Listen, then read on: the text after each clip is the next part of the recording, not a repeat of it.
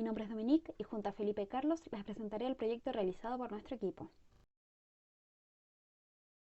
A modo de introducción, en un contexto de pandemia mundial, la paralización global de actividades presenciales se volvió algo necesario. Una de estas actividades es la docencia escolar, donde todas las clases en colegios fueron suspendidas y reemplazadas por la llamada docencia online. A raíz de esta situación nacen diversas preguntas en torno a la educación en Chile y cómo ha variado. ¿Ha empeorado la educación en Chile durante el año 2020? ¿Los datos pueden reflejar esta realidad? ¿Se vio acrecentada la desigualdad en el país dada la nueva modalidad de aprendizaje? El objetivo de este proyecto es, con la ayuda de datos y estadísticas del Mineduc, evaluar cómo la pandemia ha afectado el rendimiento académico, haciendo énfasis en notar la existencia de diferencias en base a tipo de establecimiento, ubicación, situación económica, etc.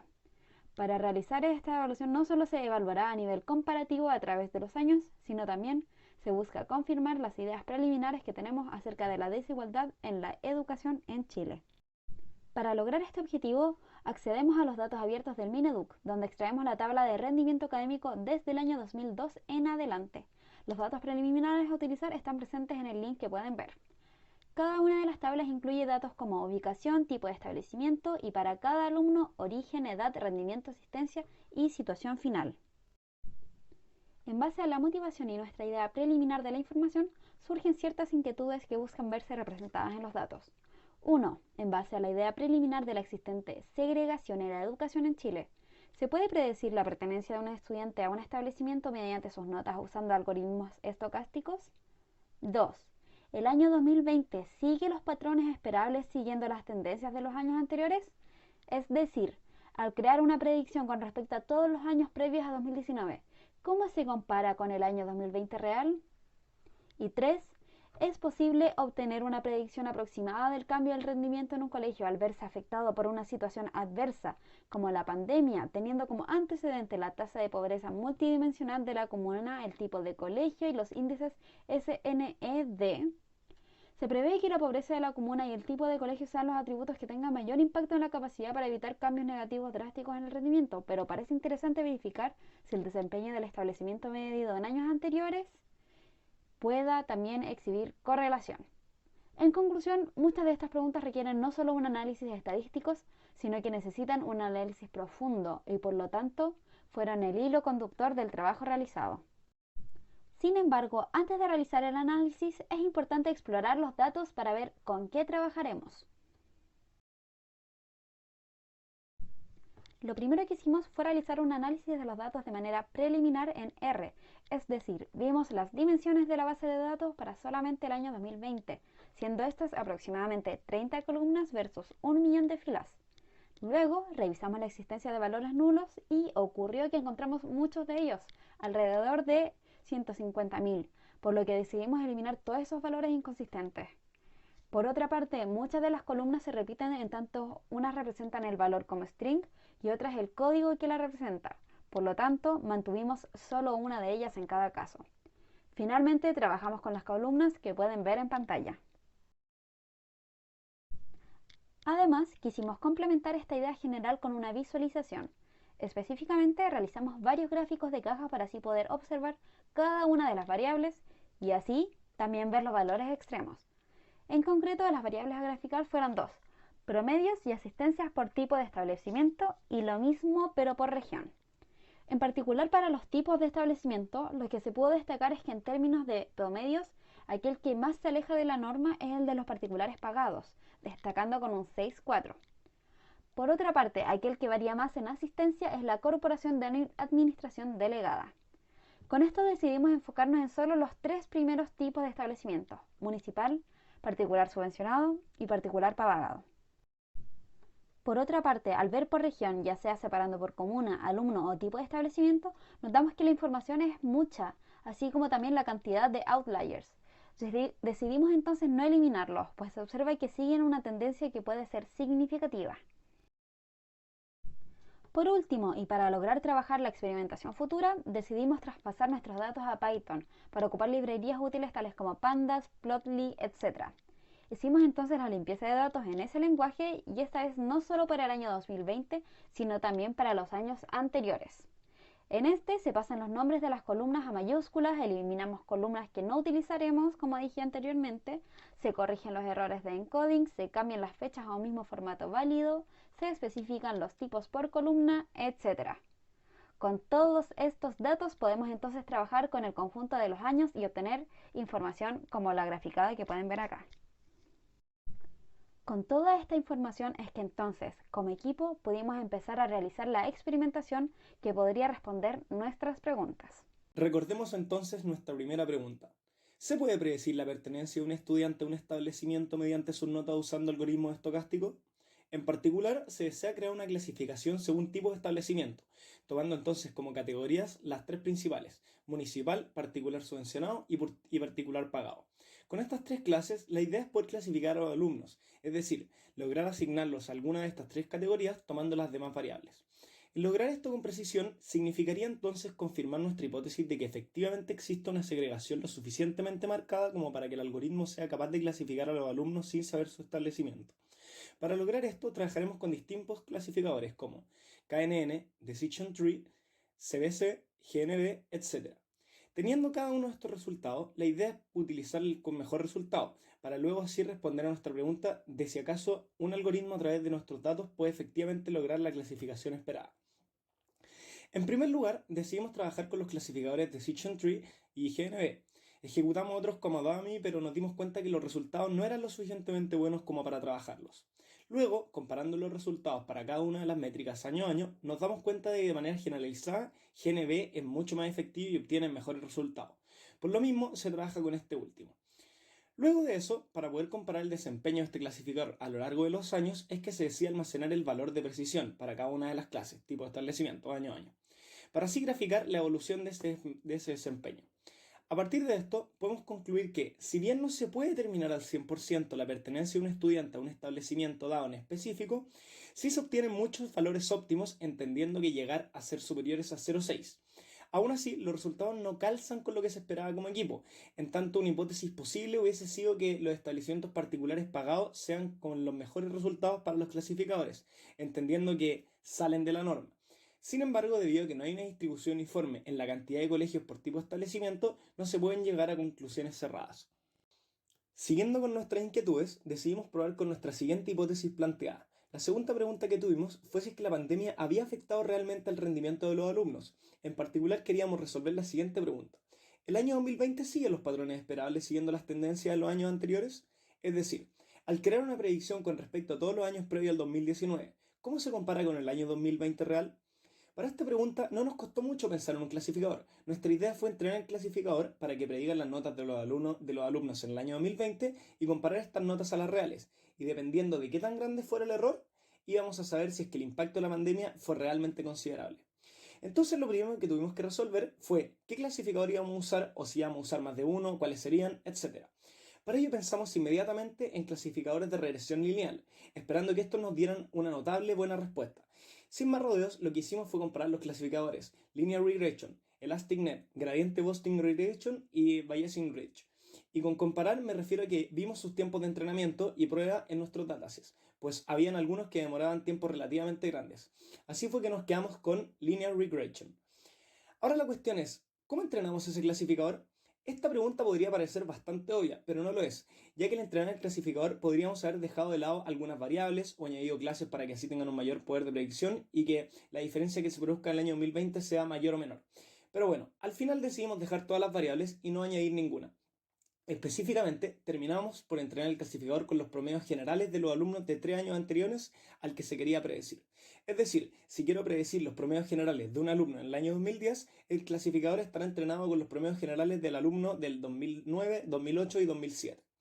Al responder esta pregunta, como grupo nos dimos cuenta que probablemente responderíamos más que la pregunta planteada, pues podríamos hacer lo mismo que para el año 2020 para otros años y notar si, por ejemplo, para el año 2011, que también hubieron situaciones que afectaron a la educación, podríamos observar un mayor error en el clasificador.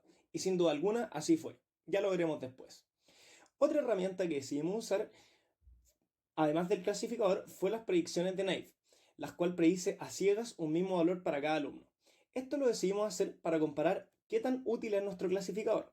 Además de ello, para ver qué tan bien predice el clasificador y ver su comportamiento, decidimos usar como medidas de error a Mean Absolute Error, la cual es bastante usada en clasificadores de regresión lineal, y es básicamente tomar en valor absoluto la diferencia que hay entre la nota real y la nota predicha por el clasificador.